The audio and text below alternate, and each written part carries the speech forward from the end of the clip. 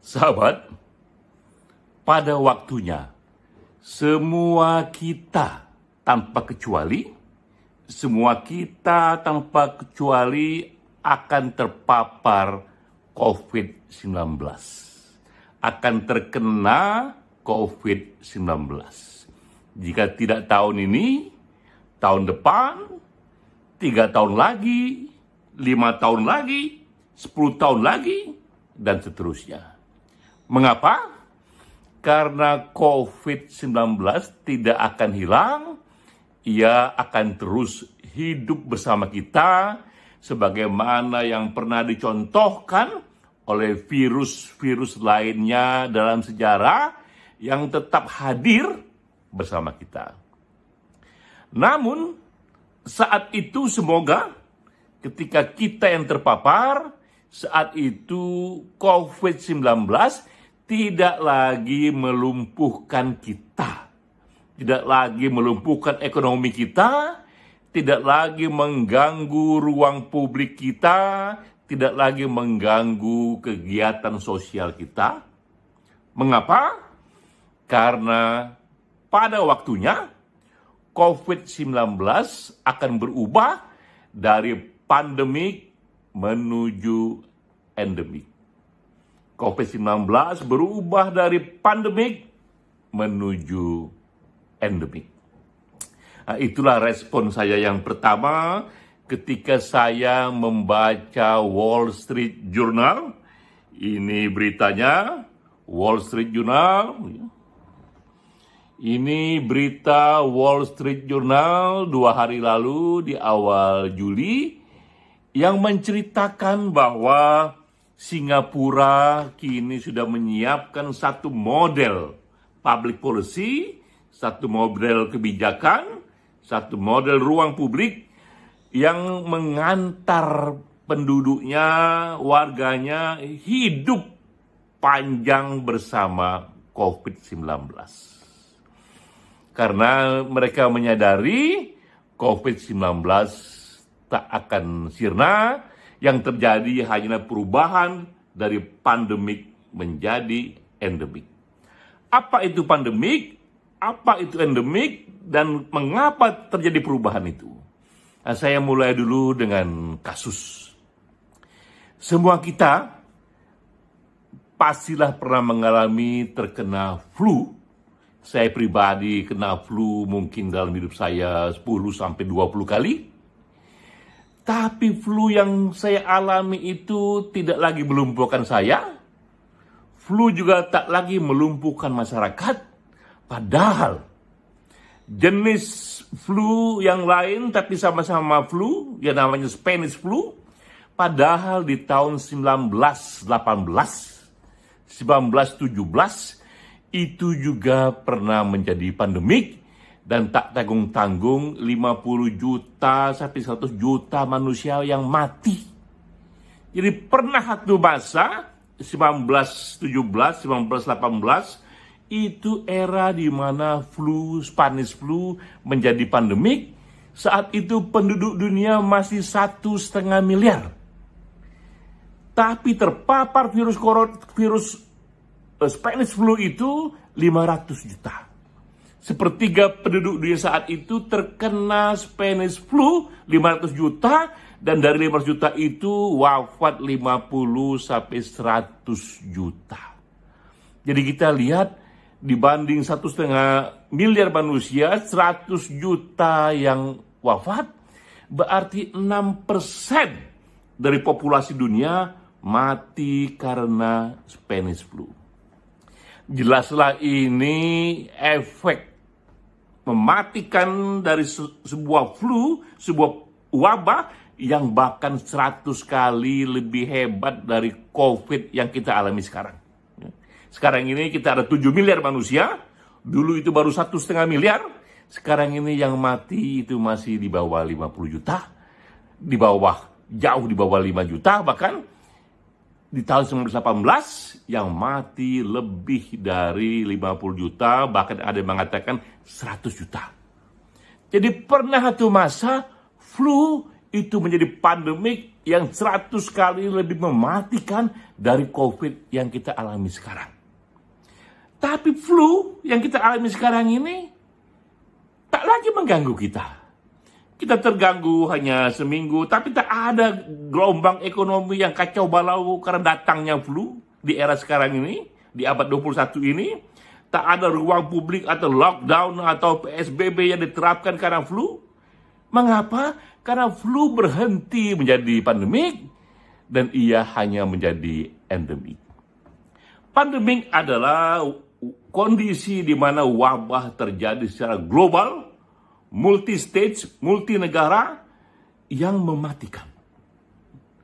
Sedangkan endemik itu adalah satu kondisi di mana satu virus itu hadir on and off, tapi tak lagi membahayakan. Dalam satu populasi, mungkin di satu tahun dia terkena 5%, 10% populasi terkena flu, tapi tak lagi membahayakan. Mengapa flu bisa berubah dari pandemik menjadi endemik? Nah, ini 3 tahap yang dilalui, dan kita pun, COVID pun akan melalui 3 tahap itu. Pertama, ditemukannya vaksin. Vaksin ditemukan bagaimana satu bahan-bahan kimiawi disuntikkan ke tubuh kita sehingga kita akan lebih kebal ketika datang virus itu. Jadi vaksin tak membuat kita tak terkena virus, mustahil pula itu, tetap terkena virus, tapi ketika virus itu datang pada kita, daya tahan tubuh kita menjadi lebih kuat. Vaksin adalah satu penemuan manusia yang efek faedahnya paling besar dalam sejarah. Kita berhutang budi kepada para ilmuwan yang menemukan vaksin sehingga kita bisa memenangkan peperangan melawan pandemi. Vaksin yang pertama. Yang kedua adalah herd immunity. Bahwa sekedar vaksin pun tak cukup. Vaksin itu harus disuntikkan kepada minimal 70% populasi. Ketika sudah 70% populasi terkena vaksin, divaksin, saat itulah bagi komunitas itu, bagi bangsa itu, bagi negara itu, virus itu tak lagi melumpuhkan. Nah, ketiga, yang ini jauh lebih maju lagi, ditemukannya obat. Kalau vaksin itu disuntikkan sebelum datang penyakit, obat kita minum setelah datang penyakit. Nah, ketika obat ditemukan, kapanpun kita terkena flu, kita minum obat itu dan ia akan sembuh. Nah, dengan 3 tahap itulah vaksin, herd immunity, obat, flu yang begitu mematikan berubah dari pandemik menuju endemik. Nah, untuk COVID-19, kita ada di tahap mana? Kita sudah menemukan vaksin. Minta ampun, ini dahsyat sekali. Para ilmuwan sudah bekerja untuk kita dan menemukan hasilnya. Ini salah satu penemuan terbesar di abad ini yang mereka berhak dan kita layak menjadikannya sebagai pahlawan. Mereka berhak untuk itu. Tahap kedua adalah herd immunity. Bagaimana vaksin yang ditemukan ini disuntikkan pada tubuh kita hingga mencapai 70% populasi. Ilmuwan juga yang menemukan formula itu bahwa hanya dengan minimal 70% populasi, maka komunitas itu tak lagi menjadi area berbahaya bagi datangnya satu wabah penyakit.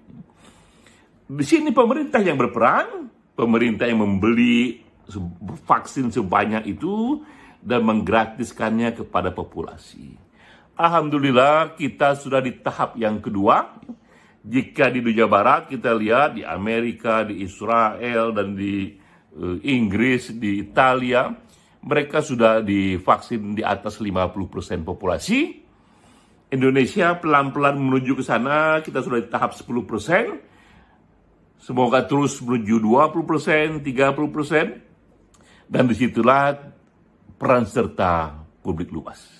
Ilmuwan sudah membawa vaksin, pemerintah sudah membelinya, maka kita publik luas bisa ikut mensukseskannya dengan mencari cara agar divaksin beramai-ramai. Saya sendiri menerapkan herd immunity bagi komunitas saya. Di semua 30 perusahaan saya katakan wajib hukumnya semua divaksin demi kepentingan bersama. Juga di keluarga saya, dan alhamdulillah di lingkungan itu sudah 100% dan juga ada yang 90% sudah divaksin.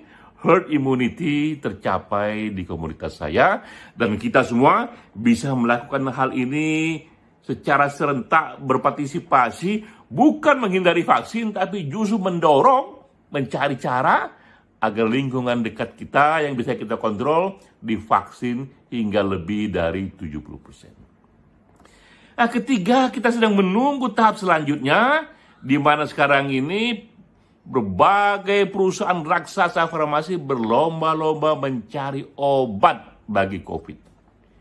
Vaksin sudah ditemukan, sekarang mencari obat yang bisa kita minum kapanpun kita sudah terkena COVID-19. Ketika obat ditemukan, selesailah itu. Nah, kita meyakini obat atas vaksin akan ditemukan, sebagaimana orang menemukan obat terhadap flu dan obat terhadap aneka wabah penyakit lain. Ada dua motif besar mengapa obat itu akan ditemukan. Pertama, motif kemanusiaan. Tak ada satu kekuatan yang lebih mulia dibandingkan kekuatan untuk mencarikan obat bagi kesehatan begitu banyak orang. Kedua, kekuatan bisnis. Bahwa di balik penemuan obat ini ada bisnis yang minta ampun ribuan triliun rupiah, yang membuat siapapun penemunya bisa kaya raya. Pabrik manapun yang memproduksinya bisa kaya raya.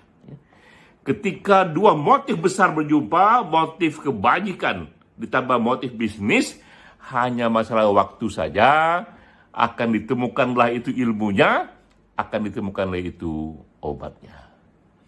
Kita sudah di tahap kedua, sudah ada vaksin dan menuju 70% herd immunity. Dalam waktu dekat, mungkin 6 bulan, setahun atau 2 tahun, obat pun akan ditemukan. Saat itulah kita akan hidup bersama COVID-19, sebagaimana kita hidup bersama dengan flu, bersama dengan demam berdarah. Ini contoh-contoh dalam sejarah pandemik berubah menjadi endemik. Flu pernah jadi pandemik, sekarang endemik. Demam berdarah, malaria pernah jadi pandemik, sekarang menjadi endemik.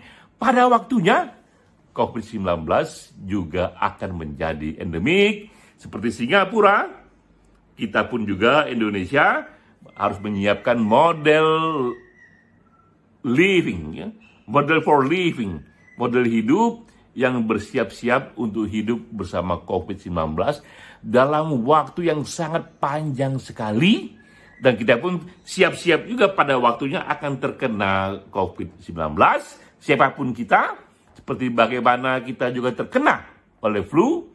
Tapi semoga saat itu COVID-19 tak lagi melumpuhkan. Karena ia sudah berubah dari pandemik menjadi endemik. Ini video hari pertama yang saya buat di hari pertama working from home jilid kedua, ketika pemerintah menerapkan PSBB darurat 3 Juli hingga 20 Juli 2021. Kita 100% bekerja di rumah, namun kita tahu bahwa kerja di rumah tak mengurangi kerja kreatif kita. Sehingga saya akan isi setiap hari dalam working from home jilid kedua ini, setiap hari satu video yang berisi informasi ringan, tapi signifikan, strategis, dan mencerahkan. Salam.